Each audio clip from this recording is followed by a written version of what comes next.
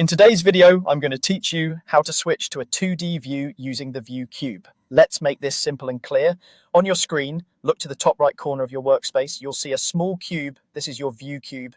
It's a visual tool that controls how you're looking at your model or canvas. It's always there to help you snap to standard viewpoints without guessing angles or dragging the camera around. Start by clicking directly on the cube.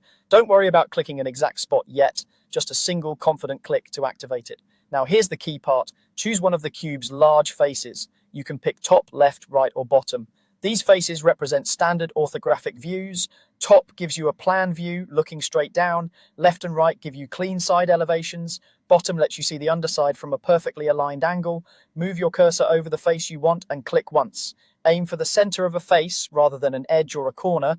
Faces will snap you to a true 2D view, while edges or corners typically lead to angled or isometric views which are not flat. The moment you select a face, your view switches to a 2D orthographic projection. This means there's no perspective distortion. Parallel lines stay parallel and you're looking straight on.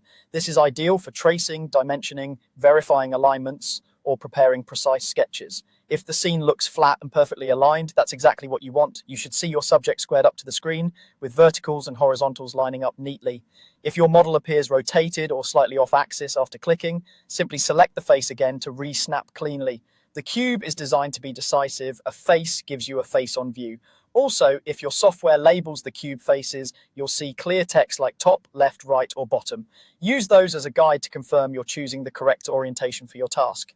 To recap the flow you'll use every time, click the cube in the top right, choose one large face, top, left, right, or bottom, and your workspace switches to a flat, accurate 2D view. It's a quick, reliable way to eliminate guesswork and get perfectly aligned visuals whenever you need them. That's all you need to switch to 2D with confidence. Thanks for watching, and keep this view cube trick in your toolkit for fast, precise navigation.